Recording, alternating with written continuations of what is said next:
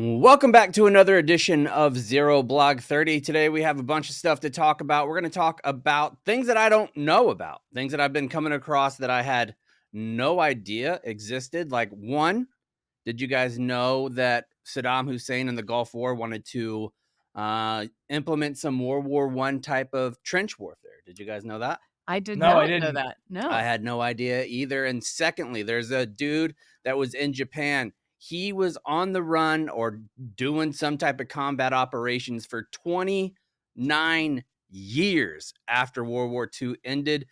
They had to go get him. The dude was, when you hear this story, it's going to blow your damn mind. It's weird that there's stories like this. If there's a movie about this fella, I wouldn't watch it because it seems so stupid.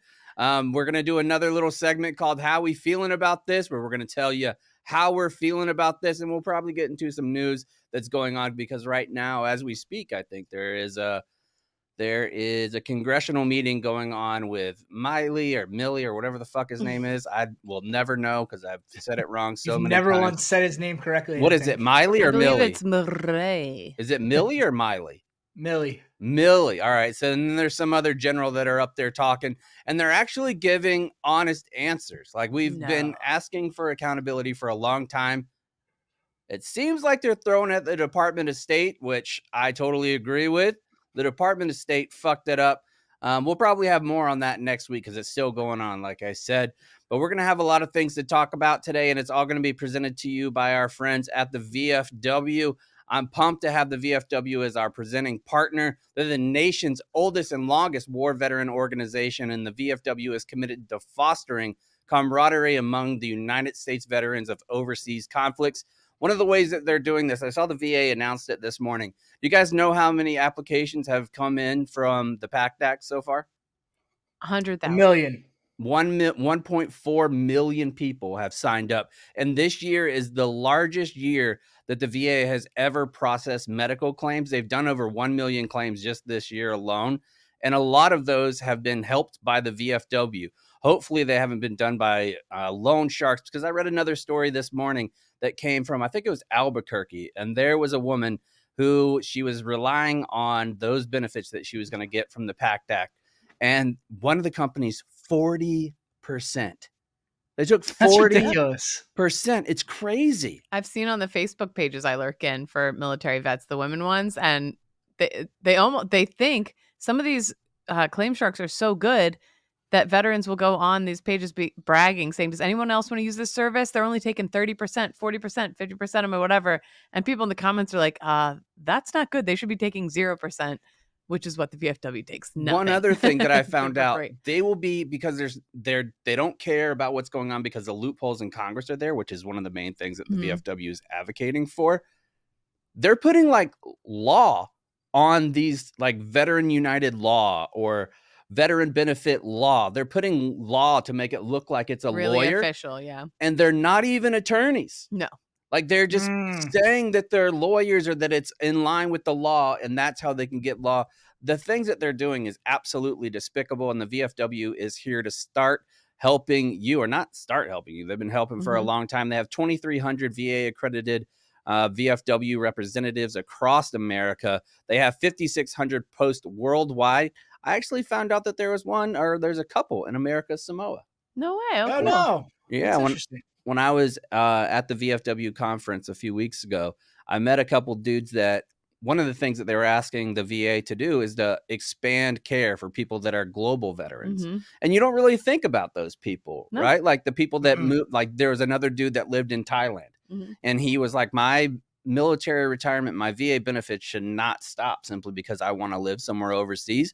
And I was like, hell yeah, brother. You want to live in America, Samoa? You want to live in Thailand? You want to live wherever you want to? Your VA benefit should go there as well. And the VFW Terre Haute, if you want to be in Terre Haute, Saskatoon, or just anywhere in Saskatchewan, really. Indeed. Yeah, we're big Saskatchewan heads. We got a lot of stuff to talk about today. I'm happy about that, but we want you to connect with the VFW today by going to don'tfeedthesharks.org, or you could join by going to vfw.org/join today or vfw.org/barstool. There's all kinds of ways, so if you don't sign up, fuck you. Yeah. I don't know about that. It's too easy. Go haze It's just yourself. too easy. Maybe to you go do it. haze your. Yeah, Yeah, maybe that's yeah. what Well, it is. haze yourself. Do something. Do something to Your yourself. face. Yep. Yeah. Do I'm a something. lifelong member. Same. As Mhm. am I. I got it on my little hat. Oh, you got the hat? I You got got a the little hat. hat. Oh, gotta get a Yeah. little hat. Oh, look at you with your little Your hat. little hat. He's got a little hat. I love But that. that hat is how people know on the hill. It really was kind of awesome seeing all those people walk in and that everybody is uniform, which I like. Nobody had an umbrella. It was a great situation, and everybody was helping out. And the VFW hats let us know that they were here and they weren't playing games. VFW.org/barstool. All right, there wasn't a whole lot that I wanted to talk about today because there's sometimes in the military news where I'm like, this shit's fucking depressing. Yep. Yeah, Big it stories really about. is. Guess what? The barracks are still moldy. Yeah. There's still bad shit going on. Yeah, it was one of those weeks where it was a tough scrolling through. You're like, we've Groundhog's Day a little bit. Groundhog's Day vibe. There's one that we won't talk about, but I came across this. I think it was from the Daily News or Daily Mail, something like that, from England. There's a dude, a general, major general in the British Royal Marines, I believe it was, and he got sent home from Afghanistan for doing a little champagne goofing with a bunch of the other folks, like the NGOs that were there. Okay. Sent his ass home. It was a front page article on their military section, like their global politics and military section, that a major general got sent home for champagne. How They just got nothing else to talk about, I Yeah. guess. I don't know, because I feel like other countries are a lot more liberal with alcohol in combat zones. Obviously, we did away with it. Do either of you know when we stopped and started really cracking down on alcohol in combat? I would imagine the 80s when not a whole lot was going on. Like Yeah, that probably. seems like we're not at war or anything anymore, Yeah. so we're gonna make harder rules when you go over there. But there's no British troops that are in Afghanistan. So this news came out. It was front page news. This story happened in 2017. Oh God! they're So really everybody's scraping the hard bottom up of the for barrel. military news. Yeah. 7 Seriously. years later, you're gonna write an article that this dude was having champagne. He had to wake up and being like, "What the hell is going on This here?" was 7 years ago. So sometimes there's things that we don't know about, and this is one. Round number 1 comes to us from Iraq. Yes, indeed, it does. Now let's hop in the time machine really quick. Okay.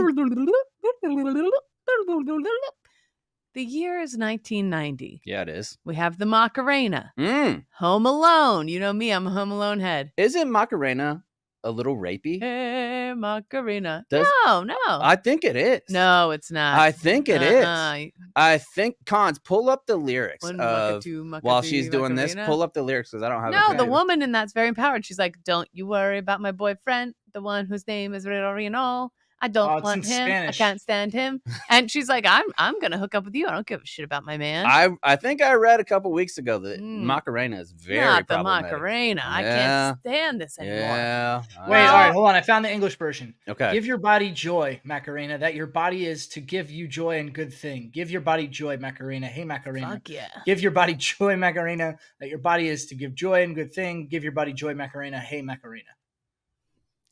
All right. Well, I was wrong. What a killjoy. Yeah, we can all go. All right. Macarena is still good. Anyway, Tickle Me Elmo. Oh, that's bad. Tamagotchis. That has a little bit of a rape vibe too, right? That's not the laugh he had. No, it's not. Tamagotchis, I'll never forget. I had a tight girl squad in my neighborhood growing up until somebody tossed somebody else's Tamagotchi in the pool that summer, and the friend group was split forever. Anyways, speaking of nefarious, horrible things for the 1990s, also Saddam Hussein, who was getting real squirrely. 1990, Iraqi dictator Saddam Hussein invaded neighboring Kuwait. He claimed that the tiny oil-rich country was a historical province of Iraq. Honey, it's giving Russia taking Crimea vibes. Am I right? Be original, Putin, for one time. Putin, come on, it's been done. You fucking loser. He also believed the Kuwaitis were stealing Iraqi oil through slant drilling, which I love the idea of sticking a straw underneath another country and take. What if Mexico and Canada have their straws underneath our little butts? Yeah, It's like the Lincoln Tunnel, but for oil. Yeah, and they're coming through. So he thought they were stealing oil, or so he said, and driving the price down to hurt Iraq's economy. He also thought the U.S. won't do shit about it. They don't care. He was wrong. Iraq invaded Kuwait in August of 1990 and toppled the unprepared country in 12 hours. President George W. Bush then ordered Operation Desert Shield in response to the invasion. Oh, pardon me. HW. Yes, that's correct. The U.S. military began building up its forces in the area in case Iraq wouldn't leave Kuwait. They said, we'll just surround a little bit. They'll see us and say, you know what, we probably shouldn't do this. Mm-hmm.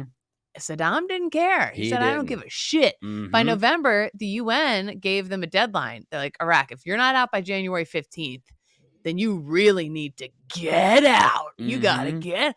That didn't work either. Saddam wasn't just going to sit there and wait to get his butt kicked.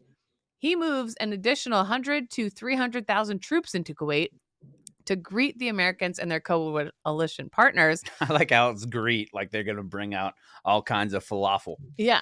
It was door greeters, actually. They put up a bunch of Walmart doors and then set all the troops behind it to greet everyone who came in. January 15th, the deadline passed, and the mother of all battles, the original Moab, was on. 1991, Operation Desert Shield turns into Operation Desert Storm. The U.S.-led coalition waged a Noah's Ark-like air campaign for 40 days and 40 nights. We were dropping aardvarks and platypuses and all kinds of shit on 2 at a time. Mental warfare there. On February 23rd, coalition forces made their way toward Kuwait. And that's when they found out the Iraqis had quite literally dug in. This is where he goes World War I on everybody's asses with the Saddam line. It was Iraq's first line of defense, a series of trenches, some filled with oil to be ignited, sand berms, trench works, anti-tank ditches, barbed wire, minefields. It was all that was keeping the coalition allies out of Kuwait. The attack to liberate Kuwait began at 4 a.m. local time, and the Saddam line of trenches was the first stop. How on earth could we possibly get past this World War I line of defenses? It's especially only 1990. In the sand. Yeah, especially in the sand. The secret to success, we didn't have to go World War I. We didn't have to meet them down at their level. We didn't need bayonets. We didn't need trench brooms or chemical warfare, at least not from our side. The U.S. 1st Infantry Division mechanized instead plows, my friends, minesweeping plows. They just put plows on the front of their tanks called combat earth movers, and they did a bulldozer assault. I love this move. There is no chance in the world a general officer came up with that idea. Zero chance. That is a specialist, a lance corporal, a senior airman, somebody that has E and less than 5 came up with that idea, and some general level officer heard it. They overheard it. You didn't think that was all Schwarzkopf? That was no, or Colin Powell. Absolutely not. No, that was the I respect PFC both of named those Doug. guys. I respect both of those guys and what they did. There is no chance that's a general officer thing that came up. None. Just picture too. You're driving your mechanized combat bulldozer. You got a cigarette dangling out of your mouth. It's 1990. Lenny Kravitz like, "How are you gonna go my way?" Like, this way, bitch. Yeah, that's fucking sick. So rather than clear the trenches man by man, the Americans simply plowed through the Iraqis on combat earth movers. And I'll say, this is grim. Even burying some defenders alive as they tried in vain to shoot the bulldozers. For all I know, we could have killed thousands, said Colonel Anthony Moreno, commander of the brigade that led the assault. I came through right after the lead company. What you saw was a bunch of buried trenches with people's arms and thighs sticking out of them. And see, I think that's a story that most people would know. I had no idea about it, but I will say this. Yeah. If you as a human being think you are going to stop a tank and you're not in another tank, I think you kind of get what's coming to you. You have to just kind of deal with that. Sure. Yeah. Like if you're the enemy and you're like, I'm going to stop it, like you're Austin Powers and that little cart is going to come and it's still a long ways away. I feel like you got to get out of there. But I think this is the exact right move in this situation. What else? You're not going to put your troops in danger, and any more danger than you need to. The Americans suffered 0 casualties in the assault, as they were all inside of armored vehicles, and the Iraqi ground forces had no answer to them. As the Iraqis watched their comrades buried alive, they began to surrender en masse. Some 70 miles.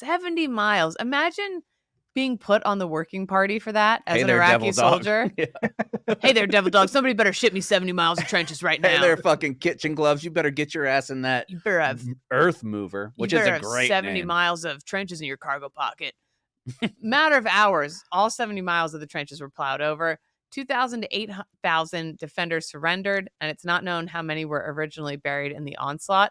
I know burying people like that sounds pretty nasty, the colonel said, but it would be even nastier if we had to put our troops in the trenches and clean them out with bayonets. Absolutely right. He's not wrong. Like, because when I heard it, I was like, God damn, that's brutal. If 2,000 to 8,000, you got 70 miles. I mean, how much do you think that they every 15 feet at least. Yeah, that's a lot. I mean, you got to be dug if you're going to have trenches that are good. Like you have to have them all over the place. Indeed, you do. No, I had no idea about that. I did read about because he said some of the trenches were just filled with oil to burn, and obviously we know now. Speaking of the VFW helping people with claims and all that stuff, I was watching a documentary at an art museum, had a whole exhibit on Desert Storm and Desert Shield about how much shit got set on fire once Iraq knew that we were going to win that situation.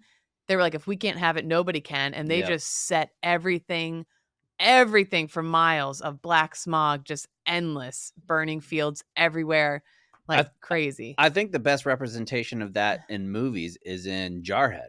Yeah. Because they played that football game and then they go out to war and then they set it on fire. And there was so much oil in the sky that it started raining oil, like in different places. There was so much moisture, and whenever it would come down, it was like a black rain that happened. It's crazy. And you could look over those pictures. I think of all war pictures that stick with me from a childhood, Shock and Awe was like those first time that you see.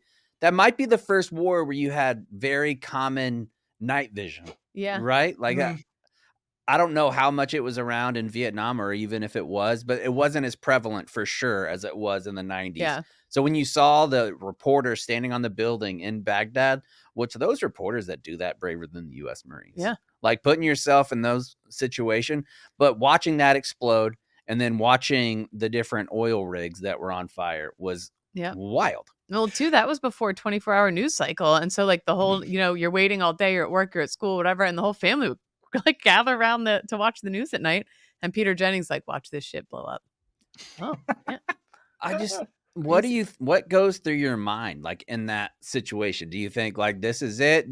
Because once you're in that trench, you got nowhere to go. That's what I'm saying. And a tank is coming at you. What are you doing? What are you hoping it throws a track? I mean, I guess you're like those 2,000 to 8,000 that surrendered. I mean, I just running away in that situation. You can't do it. You got to be sitting there. If you know you're going to die and be like, well, this is good initiative, bad judgment. Yeah. Like we shouldn't have done this. And it wasn't like they didn't have a heads up that we had a bunch of tanks. Like we were coming through. It was a staging area for months. I feel and also we told them how many times, like, hey, you better not do this or we're coming at you. Yeah. We're coming. That's why I think the guys digging it and whatnot had to be like, fuck, dude. They have airplanes, man. I don't know. And what did they dig it with? Did they have caterpillars? That's a good question. That's a great. Just a lot of e-tools. Bulldozers? If it's 70 miles. Yeah, they had to have had large machinery. You know what sucked too? Because me personally, you give me a section of trench to dig, I'll do it. Worker bee. I'll get the job done. Not right now. If I have that's true. Workers' compensation bee is more like it. If I have the extra 20, 30, 40 minutes, any in my spare time, I'm customizing my section of trench. I'm going to have a couple shelves in there. Oh, yeah. I'm going to have a hidey hole where I put all my snacks, my pokey bait. I'm going to have... I'm going to make a couple recliners out of sand. That's the most military term that you've just brought out the top of your dome in a long time, Kate. Yeah. Hoagie bait. My lickies and my suckies and my... all that good stuff. I'm going to customize my trench zone. I'm going to say, I'm going to make this section of trench fun for all the fellas to come hang out. Not in a sexual way. Right. Have you guys actually ever seen the Chris Farley? Sometimes you say things, Kate, and I try to keep going. Yep, keep awkward. going. See, keep not going me. like a combat bulldozer. I like to stop right there and have her repeat. What did you say? Yep, started sweating immediately. Yep. Yeah. But it's when you build a cool sandcastle and somebody stomps it. That's how I would feel. If I was these guys. This is what I was getting at. What do you think the field day inspections were like in the trench? Dusty. Yeah, very dusty. Yeah. No, I was gonna say, you ever seen the Chris Farley where he is on the Weekend Update doing Norman Schwarzkopf talking about? No. It's been a while, yeah. Yeah, no. If anybody's listening, stop and go Google Chris Farley Schwarzkopf. It's a very, very funny skit. Noted, I will. But I guess overall, what I wanted to say about this story, I don't know shit about the Gulf War. Honestly, me neither. Well, who really does? It was 96 hours. Yeah, but I mean, not really, because they were in Kuwait forever. They were Yeah. doing staging for a long time, which Yeah. sucks. Like all that training that they had to do. But you're right. Like there's not a whole lot of meat on the bone there. But this story is some meat on the bone. Yes, Mhm. yes, it is. I had no idea. I honest to God, I had no idea about that. Well, I think because like what I just said, most people just think like, oh, that was over really quickly, and there was a lot more to it than just being over very quickly. Yeah, I'm kind of gonna like sex. Google. I'm Yeah. gonna Google those trenches Mhm. afterwards and see Sex if gets anybody over felt. real quick. What Ah, doesn't get real Oh no. What doesn't get over real quick is our friends over at WWE. They kicked off their new game this week, and I'm not much of a gamer, but these are the kinds of games that I love. Like yes. when you go in there, you could be really good at it because I've watched people play it. Like some of the guys in the office have played it, and they're really good already. Like they I can played do. it on the Yak and I did good. Like Did I you? did. Yes, I did. Were you just pushing buttons, or did you? Well, here's the thing I love. So this WWE 2K24 finish your story is the theme there, but you can customize it. So I had a character, like my wrestler looked exactly like me. You can take pictures of your face and like impose them on the wrestlers Oh, and that's Oh shit. wow! So say, you know what it made me love? Because you can do the mega match where everybody's coming out. So picture, this is what I was picturing because I am a boy mom now, hashtag boy mom. Sleepover party with your buddies. Oh yeah. You customize a bunch of these characters. I'm bringing in the Totino pizza rolls, no free ads. Mhm. And you're just like, but I had, because what you can do, you can go backstage.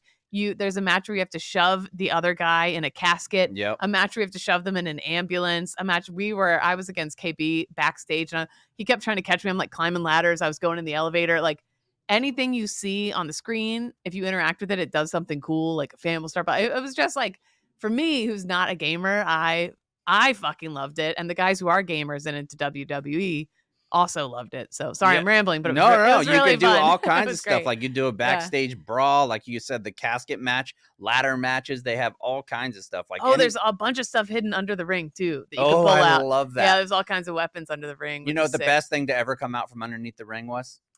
Oh no. What? Hmm.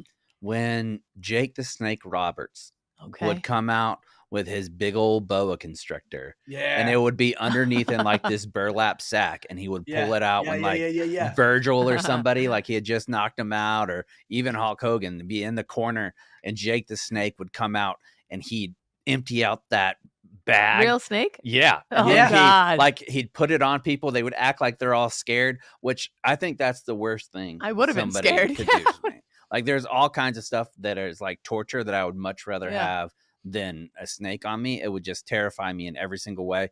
But do you know if they have that? I'll have to check, but they pretty much have. They have every character too. This one has every character like ever throughout WWE history. Like Superfly Jimmy old, Snuka? I'm sure. Go through it. They have like old, new. Everybody was in there. Picture people in the barracks. If you're looking for something to do on a Friday, like this game, just fun for everybody. Genuinely. So if you want to experience a gripping retelling of WrestleMania's greatest moments in 2K showcase of the Immortals, where you can relive a collection of the most unforgettable career-defining matches, all you need to do is download the WWE 2K24 today. Again, that's WWE 2K24. You can finish your story. All right, let's move on to round number 2, which is going to come to us from Japan. Okay, let me put you guys on. No, it's fine. Keep going. That's okay. It's my laptop. Oh, I thought it was the chair. No. Nope. It's my No. laptop. Luckily, you can bend over easily and pick it up. That's yeah. fine. I'll get it tomorrow. Yeah. Let's go back in the time machine I'll to try this tomorrow. 1944. The Macarena, the Tamagotchi, Exactly Home Alone, right, all yeah. those things. Yeah. But also something nefarious. The Japanese army. They were getting squirrely. Japanese army, 1944, they send 23-year-old soldier named Hiroo Onoda to the Philippines to join the Suji Brigade. He was stationed on the small island of Lubang, approximately 75 miles outside Manila in the Philippines, and basically it was going to be all-out guerrilla warfare on this island to keep it away from the U.S. and the Allies.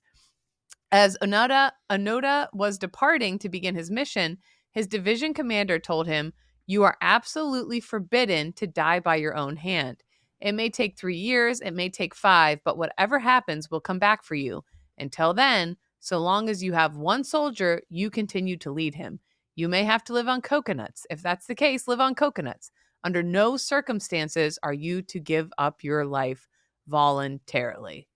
Which kind of goes against some of the stuff that the Japanese army at the time was known for. Like they were known for they're not going to get taken alive. Right. Yeah, the kamikazes. Yeah, like Yeah. and not just like in pilots, but in regular warfare as well. Like there happened on Iwo a bunch. Yeah. He was basically Steve Austining them. He's saying never give up. Is that a Steve Austin thing from Is it? Never Give Up? I don't know. It's probably more John Cena vibe. Some kid on my bus had a shirt. Okay. Anyway, it turns out that Onoda was exceptionally good at following orders, and he looked at message to Garcia. He was like, "Okay, bitch," not impressed. This He guy said, "I'm probably gonna kick hated. it up." He probably hated his wife too. He probably hated his wife. His kids were really driving him absolutely. Kids are brats. Yeah, I'm It not was coming a- back till they're way out of diapers. Yeah, it's like they were driving him crazy. His old lady kept asking him to take out the trash. She's like, "I'm fucking sick of this." Anyway, it would be 29 years before he finally laid down his arms and surrendered. This story is fascinating. Yeah, it really So, is. just a couple months after Onoda arrived on Lubang, the Allied forces attacked the island and quickly overtook its defenses. As the Allies moved inland, Onoda and the other guerrilla soldiers split into groups and retreated into the dense jungle. Onoda's group consisted of himself and 3 other men. They're rationing their supplies, they're eating coconuts, green bananas from the jungle, and occasionally killing one of the locals' cows for meat. Green banana is important because those bad boys will give you some vicious diarrhea. Absolutely. Well, so will coconuts too. I'm pretty sure if you eat too many of them. No, I think bananas are actually anti-diarrheal and coconuts are the poopers. Oh, maybe. Mm. But what about their eyes? Keep them out of your eyes. That's for damn Mhm. sure. So it was upon killing one of these cows that the soldiers found a note some months later. It was a leaflet left behind by a local resident, and it said, "The war ended on August 15th. Come down from the mountains." And the Japanese guerrilla soldiers were like, "Sure, Jan. Okay, nice joke. Okay." They thought it was a clever hoax constructed by the Allies. And anytime there was flyers being dropped, newspapers being left, like the locals were desperately trying to tell the guerrillas in the woods, like the jig is up.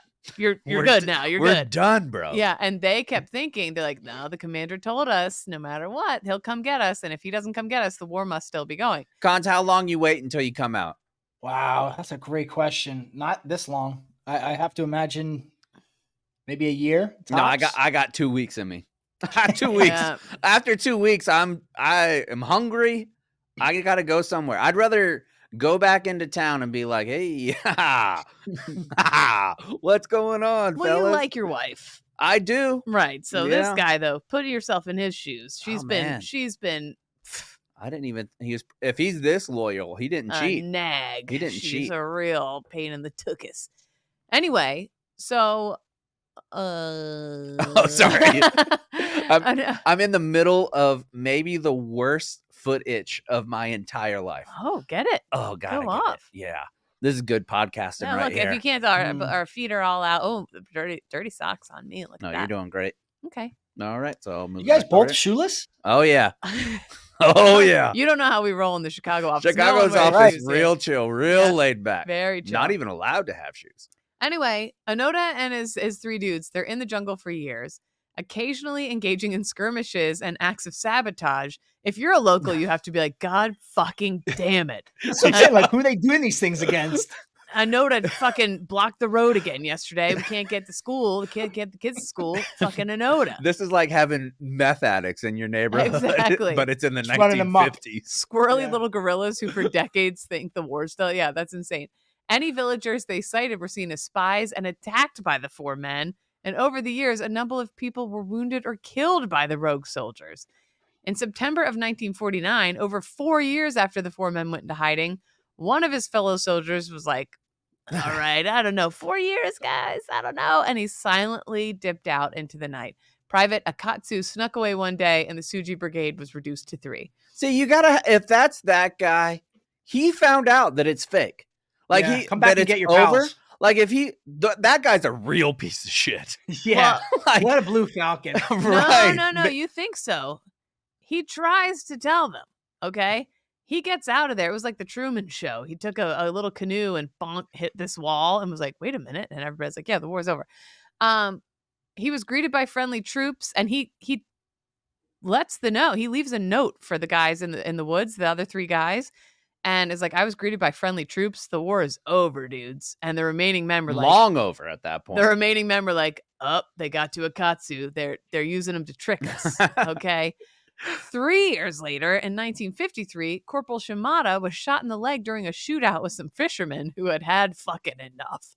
And Onoda and Kazuka helped him back into the jungle. We're at 9 years right now. Yes, and without any Jesus. medical supplies, they nursed him to health over several months. Despite his recovery, he became a little gloomy. Okay, yeah. Imagine that. He's out there advocating for his own version of the PACT Act. Yeah. He's like, this is bullshit. I need all kinds of VA help. Yeah. So about a year later, the men encountered a search party on the beach in Gontan, and Shimada was fatally wounded in the ensuing skirmish. He was 40 years old. So imagine you get shot, you survive despite no medicine, no painkillers, and then you still end up dying because you guys can't stop goofing around in the woods. For 19 years, Onoda and Kazuka continued their guerrilla activities, living in the dense jungle in makeshift shelters. Every now and then, they would kill another cow for meat, and which, once again, the villagers would be like, I cannot believe they are still fucking doing this. 19 years after Shimada was killed, on October of 1972, Onoda and Kazuka had snuck out of the jungle to burn some rice, which had been collected by farmers to sabotage the enemy's food supply. A Filipino police patrol spotted the men, fired 2 shots. 51-year-old Kazuka was killed, ending his 27 years of hiding. Onoda escaped back into the jungle alone, now alone. He has to think he is the biggest hardo of all. He's like, I'm going to get so many medals for this. He's Yeah. freaking John Rambo. Yeah, Yeah, he thinks he's like the Japanese Audie Murphy. Yes. Yeah. Basically. News of Kazuka's death traveled quickly to Japan. It was concluded that since Kazuka had survived all those years, then it was likely that Lieutenant Onoda was still alive, though he had been declared legally dead 13 years earlier. More search parties were sent to find him. However, he successfully evaded them every time. I mean, credit to this guy. Fucking guy. Yeah, He's waiting for his one commanding officer to come back. That's it. Yeah. He needs that guy. And he knows after 29 years, still alive. Like, my boss is still alive. He's coming to get me. Crazy. Mm-hmm. Finally, so at this point, 1974, Onoda had been alone in the jungle for a year and a half. And this was huge lore back in Japan at this point now. A Japanese college student named Norio Suzuki tracked him down. When Suzuki had left Japan, he told his friends he was, in his words, going to look for Lieutenant Onoda, a panda, and the abominable snowman in that order. Sure. Basically saying this is going to be impossible. But he found I gotta be honest. If you're looking for the snowman, the Philippines ain't the place to go. No, you're right. That's a great point. There's walk-in freezers, I'm sure. There's a couple areas. True. But he found Onoda in the woods, and he and Suzuki became really good friends. Suzuki tried to convince him that the war had ended long ago, but Onoda explained that he would not surrender unless that commanding officer who initially told him, never give up, came and ordered him to do so. Suzuki took photos of the two of them together, convinced Onoda to meet him again 2 weeks later in a prearranged location. When Onoda went to the meeting place 2 weeks later, there was a note waiting from Suzuki. Suzuki had returned to the island with one of Onoda's one-time superior officer. When Onoda returned to meet with Suzuki and his old commander, he was wearing what was left of his dress uniform, his sword, and carrying his still working rifle with 500 rounds of ammo, several hand grenades. Yeah. The major, who had long since retired from the military and become a bookseller, said, boy, do I feel silly. I forgot to. Oh, my boy, is this a little awkward. I totally forgot to tell you guys. Can you imagine how many times Kate would tell this guy sorry? Yeah. Yeah. Oh, my God. It would be a never ending stream of sorry. You know what? If I was Onoda, I'd be like, I'm sorry. I messed up. I guess I'm sorry I stayed so long. My bad. That's embarrassing. Kept his sword? He kept his sword. He had everything. I'm getting rid of my dress uniform at that time. I don't need it. Yeah, he kept his dress uniform, all of it. There were still the pleats in it. And this guy had to tell him, the major had to tell him, yeah, we lost the war like about 30 years ago. Oh, boy. After a moment of quiet anger, just a moment, Onoda pulled back the bolt on his rifle and unloaded the bullets, took off his pack, laid his rifle across it, and then began to weep openly. Buddy, I bet. No shame in that. What a pussy. Yeah, pussy. You could only do, I would have done 30 more years in the woods. Right. Yeah. Discipline. absolutely crazy. By the time he formally surrendered to Philippine President Ferdinand Marcos, 1974, Onoda had spent nearly 29 of his 52 years hiding in the jungle, fighting a war that had ended decades before. They had killed, and like also too, they had killed people, some 30 people unnecessarily, and wounded about 100 others. But to be fair, if you're hiding in the jungle for 29 years, killing one person a year ain't that bad. No, that's true. I guess guerrilla warfare. So he was kind of bad at it, honestly. Probably could have done a lot worse. Those are rookie numbers. You got to get those things up. But the Philippines were like, this whole story's so fucked up. We're not even mad at you. You're okay. We're granting you just please get the fuck out of these woods, man. I mean, good on the Philippines, right? This is fun. This is the fun part. He did receive back pay for his 29 years, but it amounted to very little. Okay, that sucks. He recorded his story as a memoir entitled No Surrender, My 30-Year War. Added that to my reading list. Then moved to Brazil for a calm life of raising cattle on a ranch. In May of 96. Kill any of them. No. You didn't have to kill any of the cattle. Well, we can't say that. He might have been a bee farmer. Could have been. In May of 96, Hiroo Onoda returned to Lubang and donated $10,000 to the school there. He then married a Japanese woman, and the two of them moved back to Japan to run a nature camp for kids where he would share what he learned about survival on the island. And he's still alive in Japan today. Holy shit. 29 years. We got to get him on the pod. Come on the pod. Yeah, seriously. God damn. Have Woody Williams and this guy. Wow. Jeez. I'm not gonna quit my post until properly relieved. Yeah, you're exactly right. I mean, I don't know. That is one of the craziest stories. And look, well, think about this. What would you do? Because back then, obviously, things were different. How would you have convinced him, hey, dude, no, seriously, this isn't propaganda? The war's really over. How would you even go about doing that? I think you got to kidnap him. Right? Like any of those folks, I think you got to kidnap them. And do like when Austin Powers got unfrozen and they had to show him a video of like, here's what's been going on since you left. Like, here's reality.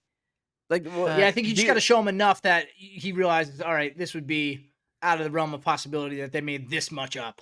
And I mean, think about what the jungle looked like in the Philippines. Like I haven't been to Vietnam, but I have been to Okinawa, which is essentially the same kind of climate. When you're in the jungle, it's not like you had DEET or off or skin so soft. I wonder if he just got used to it though. Like his skin adapted over time. Like leathery? Yes. Yeah. Maybe so. Yeah. That's a good point. Stop eating them. I'm going to, after the show, I'm going to Google what he looked like. I'm Googling the trenches. I got a lot to Google, folks. I did not know. I did not know this stuff. I didn't know either. I'd like kind of heard of this story, but I didn't know it in that detail at all. I definitely didn't know 29 years. Like I've heard people living for a while, like in the jungle and being away for a bit. I mean, you hear those stories about World War II folks that didn't want to be captured, obviously, by the Germans, and they were gone for 4 or 5 months at a time, sometimes a year. We had Major Sweat that came on the show. Like he talked about that, how he was out and about in France for like 5 months, just fucking some hot lady, which is pretty sweet, which you also deserve. Well, a little armpit hair, if you ask me, I would never. All right, let's move on to round number 3. First off, this round is about the law.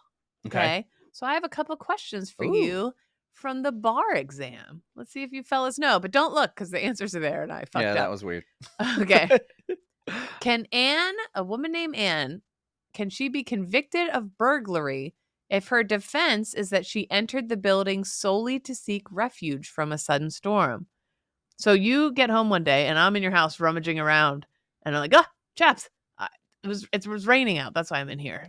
It was raining. I feel like there should be something like that, but it has to be a certain level of storm. Like, because it would make sense if you were, let's say you were in a remote area that didn't have any shelter or whatever, and huge hailstorm came about and you had to get out of this. I don't think anybody convicts you of that. No, I think during that big snowstorm in Buffalo, people just were going into any house they could reach by the time the snow got too high, and they did. But the answer is no, right? You cannot be convicted of burglary if you enter a building solely to seek refuge from a storm. Oh, so if you are going to do a little crime, wait until the bad weather comes. Do it during a hurricane. The moral of that is: Jim legally allowed to keep the $1,000 he found in a wallet in a public park, even though the owner later posted flyers searching for it. Did he see it? I think that, well, intent is part of a crime, right? Like, I think that there has to be a nefarious nature. And lest we forget, under the Constitution, finders keepers, losers weepers. Gear adrift is a gift in my mind, but if you found $1,000 on its own, I think you could keep it. But in a wallet, that's a little different because clearly Yeah, it it has belongs to someone. identification probably, yeah. What do we think? I'm saying no, he can't keep it. I'm going to say he's allowed to keep it. Okay, scroll. No, Jim is not legally allowed to keep the money as it Damn. belongs to the owner of the wallet. So if you have $1,000 you're going to lose, make sure it's in your wallet. There was somebody that was in the Barstool adjacent world. I think it was Pete Blackburn's girlfriend, and her name is escaping me. Cons, you might know. But there was a time she went pretty viral online about, well, I guess where else would you go viral? But there was a situation, I think it was at Bank of America, where she went to go check her bank account, and there was over $1 million in it. And she had no idea that where it came from. She did the little check, $1 million in there. And she contacted the bank and was like, hey, there's $1 million in my account. And they took everything back. I feel like if you show that level of honesty, yes, 10%. Yep. I agree. 10% should be, because otherwise it's not gone. Now, granted, with wiring money and all that, they'd figure it out that it was her. But still, she was honest. I feel like at least bare minimum $50,000. Finder's fee, yes. Or a good stress ball or a cool bank pen or something. Yeah. Anyway, a lifetime supply of bank pens. This is all about the bar exam, and I was asking you these questions, but guess what? They don't matter at all anymore. They don't matter at all. And this is we don't have to go through this whole article, but basically the sum of it is that in Washington State, they're trying to pass a law right now that you don't have to be past the bar in order to practice law there. That you could do essentially an apprenticeship, and you have to take like a certain level of eyes on, or I guess like in the courtroom, being with different attorneys at different times.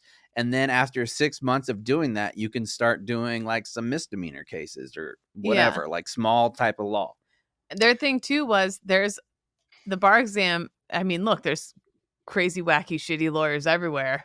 The bar exam doesn't stop the bad ones from getting in or the good, but it does stop good people from getting in, I think, sometimes. Yeah, I don't know. If I walked into an attorney's office, though, and I said, oh, have you passed the bar? And they said no, but I've watched a lot of Law and Order. I don't know how comfortable I'd feel having that attorney represent me. But now, if they had experience like actually going to the court and like, oh, but I shadowed this other attorney for a year and whatever, I'd be like, well, yeah, it's a thing in Texas too. That's kind of what Kim Kardashian was trying to do in California as well when she was but I think I would be okay with it. Now, if we're talking about a high level case, like if I was like on a murder charge, or for example, I think I'm going to go with somebody that went to law school. But when in this article, there's been high level law professors that said that they don't have a problem with this, that a lot of times getting into law school, passing law school can be restrictive, and there's a lot of people who have the ability to do it without going to school. Like, Cons, you would definitely have Meghan Markle in Suits, right? I would let her represent me in a second. Maybe. I don't really like her, but no, the other dude in Suits, whose name is escaping me, he was just like a genius or something. But that's not fair, because he could memorize everything, and he did pass the bar multiple times too. Oh yeah. If you had to pick one Barstool personality to be your lawyer, you've been convicted of stealing $1,000 from someone's wallet. Who here is going to be your defense? I mean, I would go probably Portnoy would be one for sure. Mike Portnoy? His dad, yeah. Mike Portnoy Esquire? I'm saying Dave Portnoy. Dave, because he's one of the best arguers that there is. Like, he's a great arguer. And then second, Francis, just because he's smart as shit. Smart, yeah. Yeah. I might throw Large in that mix too. I feel like he's pretty smart. Yeah, he is. Been around the block. Those three are good. I think that's a heck of a legal team. I mean, that's up there with OJ's legal team. Jersey Jerry. Yeah, I feel like he's a man who knows how to weasel his way around things. What about you, Cons? Anybody different? No, those three, I would seriously, I'd just put them all on a team together, and I think that would be unbelievable. Now, I think having somebody in a trial, those are mine. But if I had to pick deposition, that they're leading a deposition, I'm going with Ryan Whitney. I'm going with Kirk Minahan and Dave Portnoy. because you will walk out of that room if you're not ready so rattled. I'd be crying. Like, I feel like it would be the military equivalent of going into like a promotion board with the Sergeant Major of the Army, the Sergeant Major of the Marine Corps, and then the Chairman of the Joint Chiefs of Staff. Yeah. Like, I feel like that's who you feel like you're walking in there with. Yeah, my goal is to never end up on that show for any reason, really. I don't even want to be mentioned on that show. Not at all. Just act like I don't exist at all. Anyway, I thought it was fascinating that that's what's going on. And if it was able, I think somebody from Barstool should do it. Yeah. We need a lawyer. Yeah. We probably do. Spider would be good at it because Spider can do basically anything. Yep. You can. All right, let's move on to some save rounds and alibis. Cons, we'll start with you. I saw a video. You all know Miss America is a second lieutenant in the Air Force. Mm-hmm. She put a wreath on the Tomb of the Unknown Soldier the other day. Just Google it. Kate, add that to your list of things to Google. Maybe it was because she has like these really nice long fingers. The crispiest salute I've seen. And from an Air Force officer, no less. It was very impressive. Very crispy salute. Yeah, because usually they do all kinds of weird shit. Like when I worked at Lackland, it used to drive me bananas. Because like you go all the way like just above your eye, and then you cut down straight back down to below your hip with your fingers extended and joined and thumb along the hand. That's how you're supposed to salute. The Air Force folks, they put it up there and then drop it down straight in front like a windshield wiper. Hated it. Did not know that. See, I'm learning a lot today. So please Google that, everybody. It was a very crispy salute. But so I guess my question though is too, like, do you ever go back to serving at this point? Like, you're Miss America, you're a pilot. Where do you go from here? Because you have so many duties as Miss America, I think. Probably piloting still. Yeah, right. Probably essentially like the Air Force version of the War Bond tour. Yeah. Right. Yeah. Probably getting more women to join, more women interested in flying. That's all true. That shit would probably be cool. Yeah. Yeah. I don't know. Crispy ass salute. You'll love to hear it. That's all I got. You don't want to talk about I don't think we talked about it on the last show. The West Point honor code thing. Listen to that sigh. I said a lot on social, and really the crux of it is this. I think people look for things to further their stance, and anything that they can latch onto, they don't get past the headline.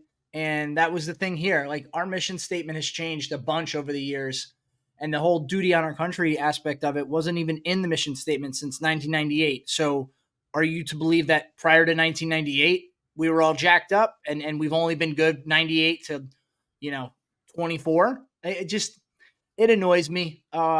And for those who don't have context, they change it from duty honor country. That duty, they change it to DOODY. Oh, yeah. So it's duty honor balls, country, duty balls country. But that's the thing too. It's still our motto. It's still duty honor country, still on our ring. It's still etched in stone and buildings all over campus. So that's not going anywhere.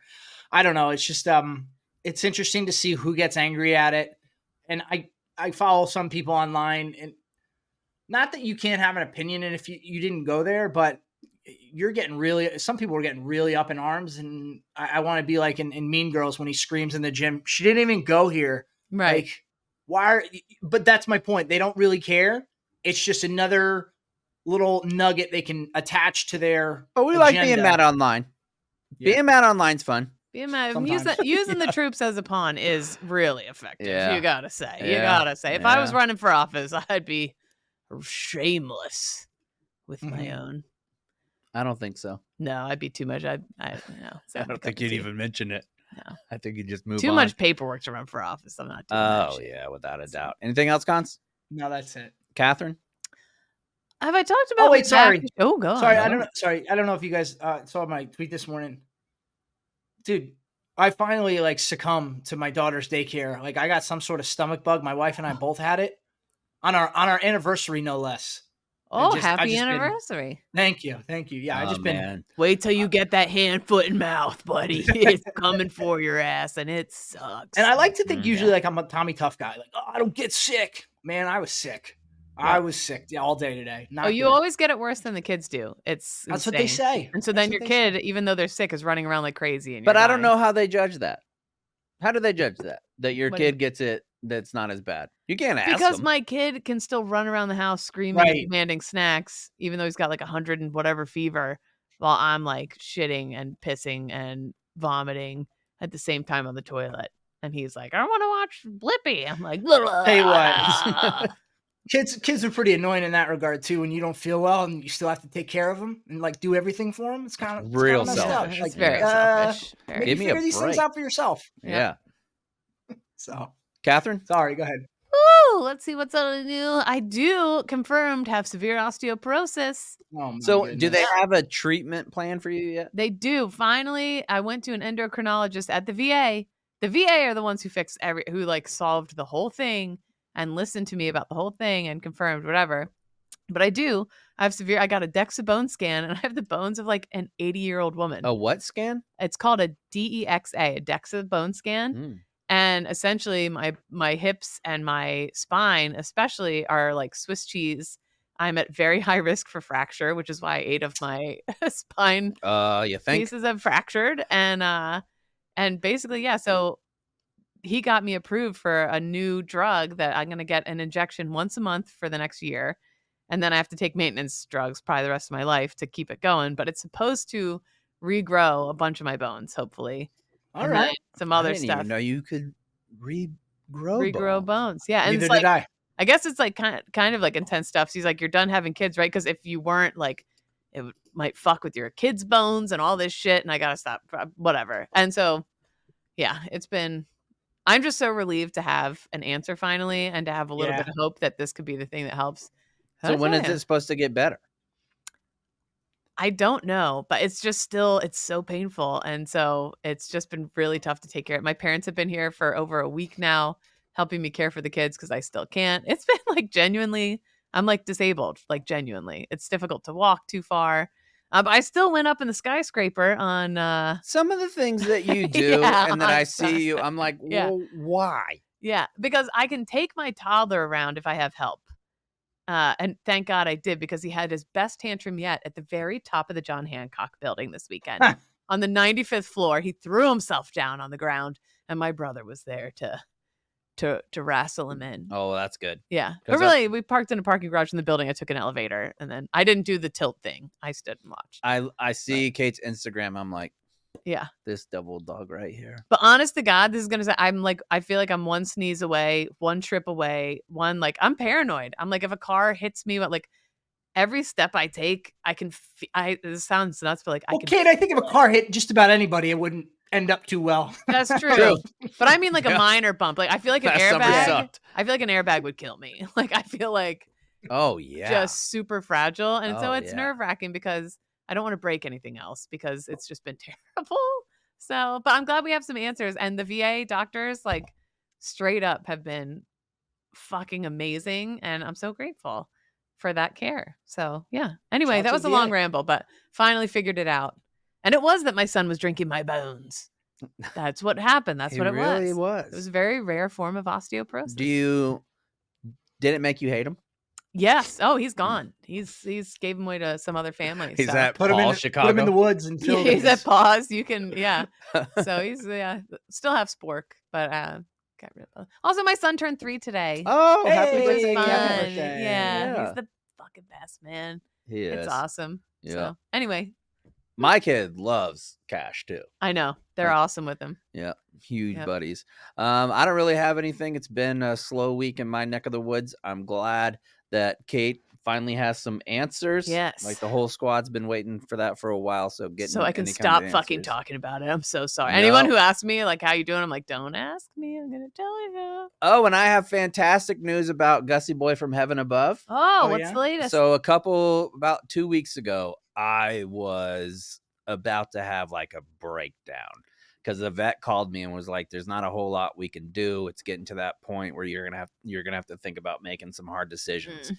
And I was like, God, man, I just love that dog so much. Like I've talked about Saika and what he did for me, so much on this show. Gus is my favorite dog ever. Yeah. Like he's perfect. And He was going through so much stuff where his skin was so irritated, like it looked slimy and raw, like a legit burn victim is how his neck looked. It was so bad. It was skin infection, yeah, right? it was a bacterial skin infection. Oof. And he went on so many different rounds of antibiotics, so many different things. And finally, there was a vet, and she is a genius. Like, she went in, scraped it a little bit, put it under a microscope, and was like, this is the type of bacteria it is. This is the type of medication we need. This is what you're going to do.